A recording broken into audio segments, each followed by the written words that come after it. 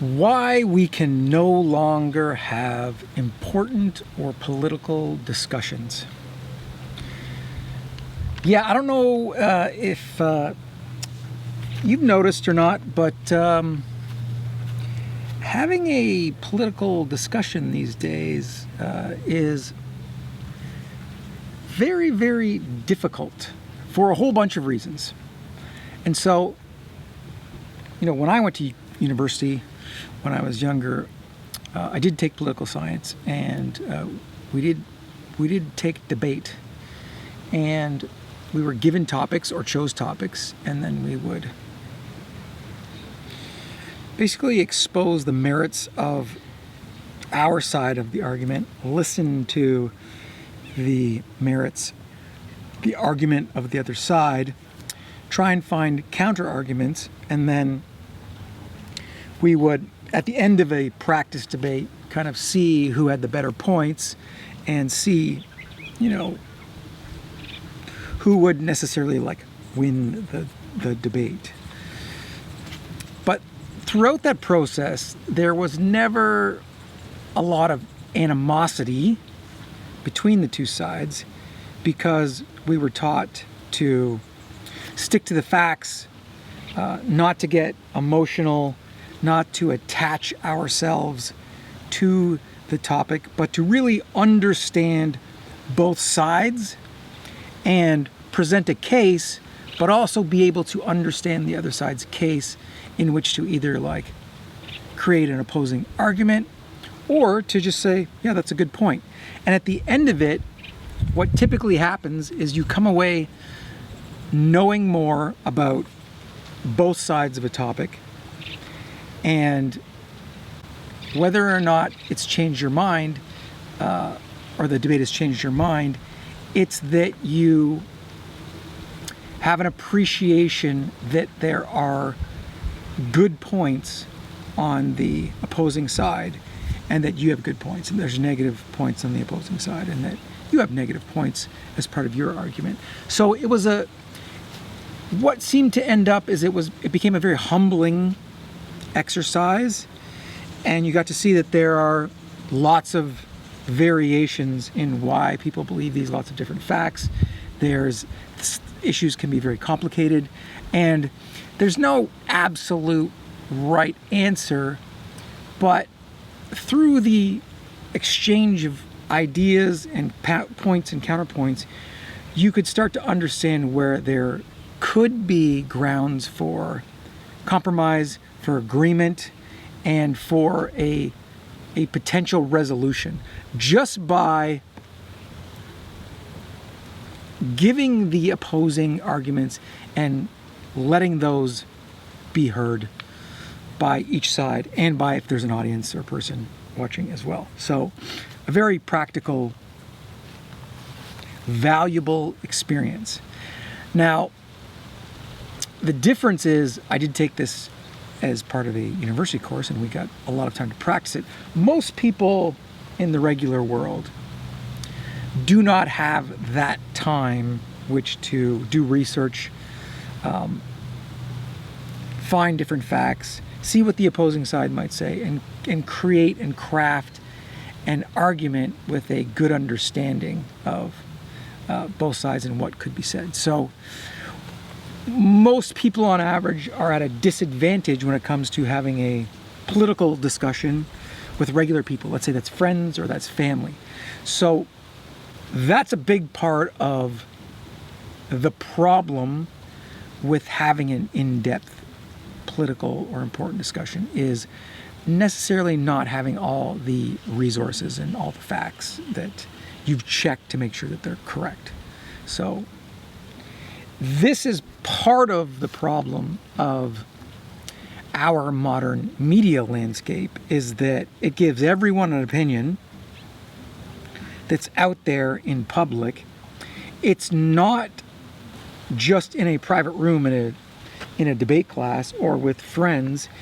It's open for everyone to potentially see, and for everyone to clip it, take it out of context, use it against you, and weaponize what could be a very open, vulnerable, humble, honest conversation, and it can become something else.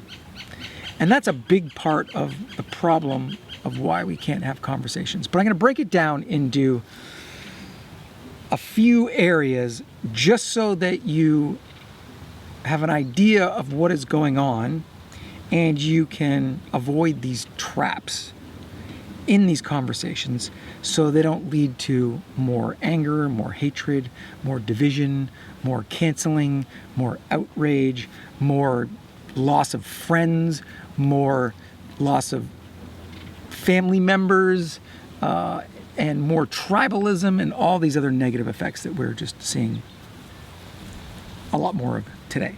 The first major issue that makes it difficult to have political discussions today is media bubbles. We all essentially are in our own media bubbles, every single one of us, because whatever media account you're in, whether that's YouTube, whether that's Instagram, whether that's any kind of blog site medium, whether that's TikTok, whether that's Twitter, all of their algorithms are catered to give you content that you will click on. The various media is feeding you content according to your unique preferences, and so it's giving you stuff to make you click more. It is not necessarily giving you information that will help you form a good, educated opinion on anything at all. You have to actually go out and search that information. So when you have and start a discussion with someone that's potentially political, the first thing you want to do is understand that they are getting probably a lot of different information that you are getting. So the first thing you want to do is just say that and find out what information they're getting and see what their sources are and understand sort of where they're coming from by doing that. The next big problem with political discussions today is something called identity politics. It's a trend that people take their identities, meaning whether it's the color of their skin, their ethnic origin, their sexual preferences, they personally identify with the group that is that identity, and then they look at any kind of argument against that group potentially as a personal attack on their identity because they've made it part of themselves. And then it becomes a lot easier for them to become overwhelmingly triggered by any kind of argument that argues against one of the identities that they've basically identified themselves with.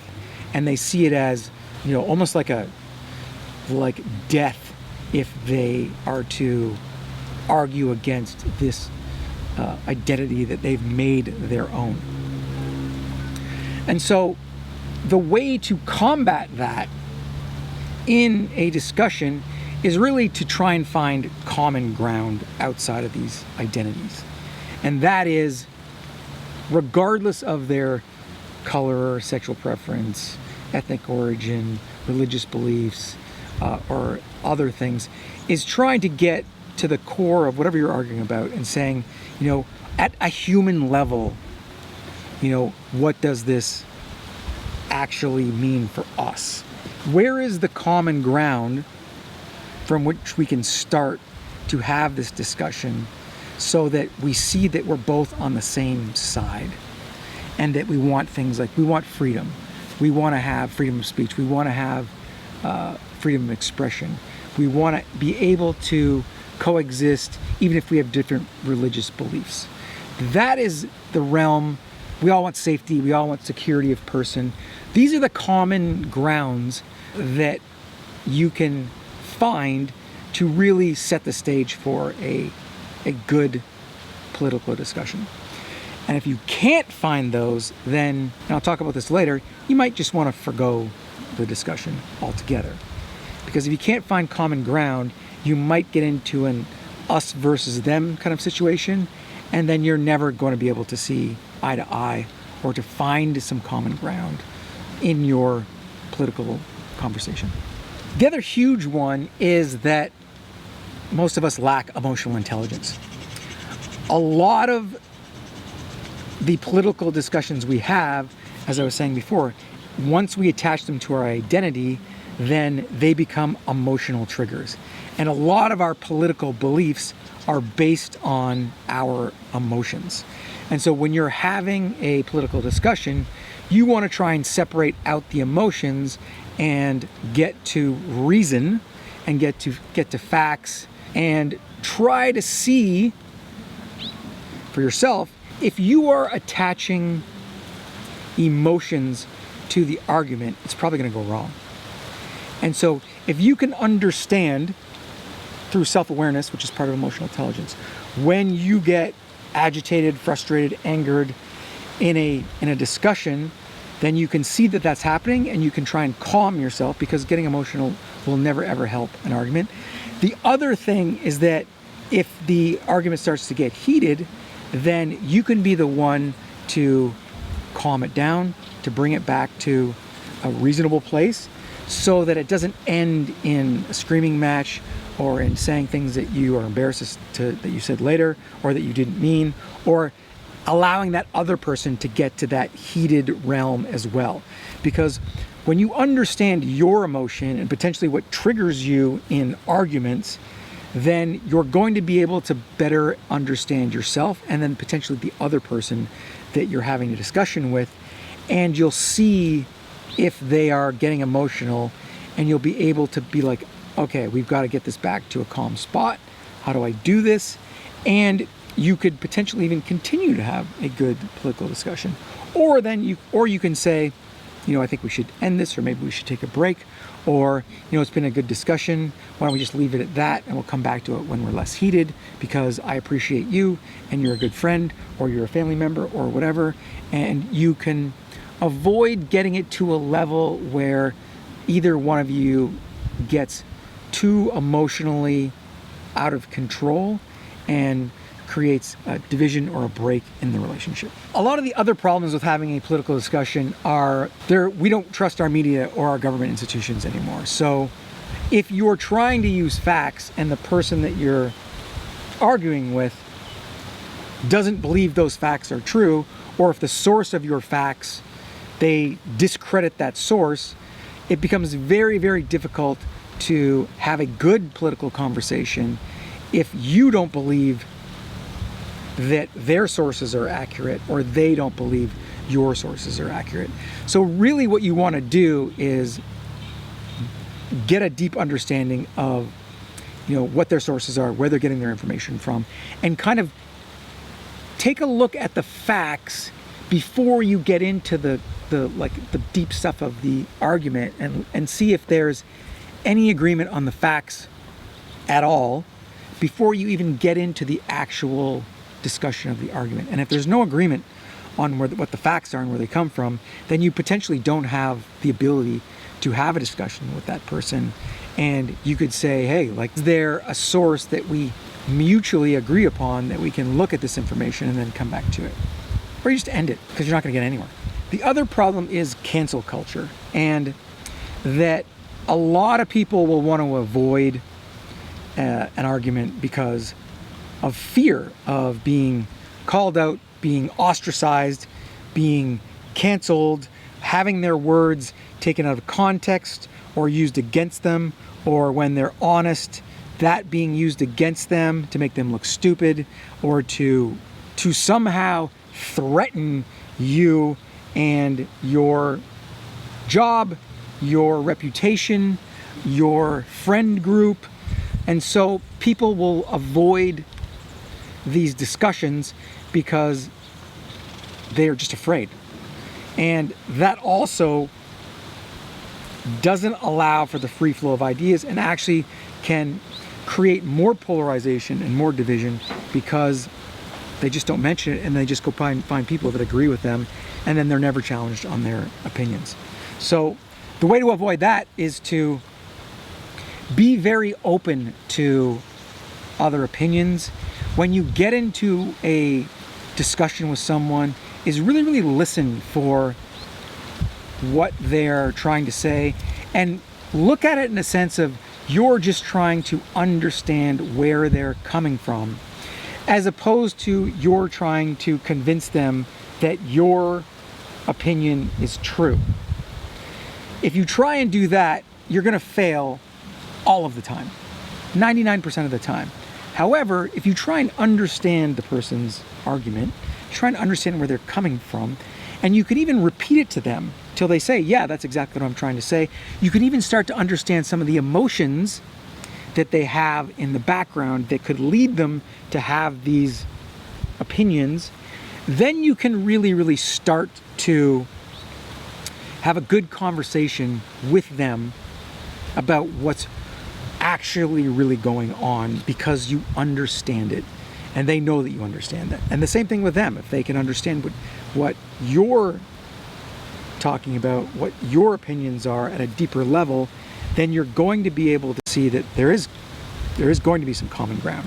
A lot of these discussions come down to fears and what people believe in, and a lot of us have the same beliefs, whether it's, they want security of person, they want to be safe, they don't want to be attacked, they want to be free to speak and have opinions and not be harmed for having these opinions.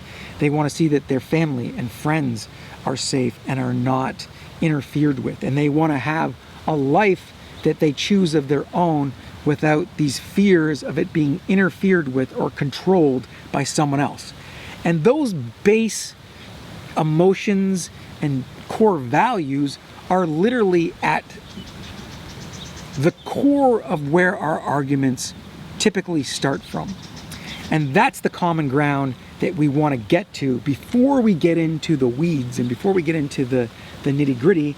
And then at the end of a conversation, that's really, regardless of what is happening, if it starts to get crazy, that's the common ground that you want to come down to. The other thing I will say is you really want to ask a lot of questions and seek understanding first as you're getting into a potential political discussion, because you want to see if the other person is even emotionally capable of having the discussion. And by understanding and asking questions, you're going to see how maybe their emotions might be influencing them too much so that they can't have a reasonable and logical discussion. And you're potentially going to have to be the person to be able to keep the conversation calm, keep it reasonable, and keep it at a level where you are and having common ground, just to get through the basics of a conversation. And then maybe a next conversation is looking at, okay, what more information they may have, or how you can keep it to a reasonable level without getting into the hyper emotional, uncontrolled state. And so at the end of the day, it comes down to staying calm, being self-aware and having emotional intelligence, and really being humble and trying to understand, by repeating what you hear, the other side's arguments. And then once you're at that level, then it's being able to present what you would like to present with accurate facts and a reasonable, calm disposition where they potentially might be able to handle it. And then after that, being able to come back to common ground so that you're creating an us, a we situation, as opposed to a us versus them situation. And ultimately, that's what you want to do in a conversation. Hope that helps. Till next time.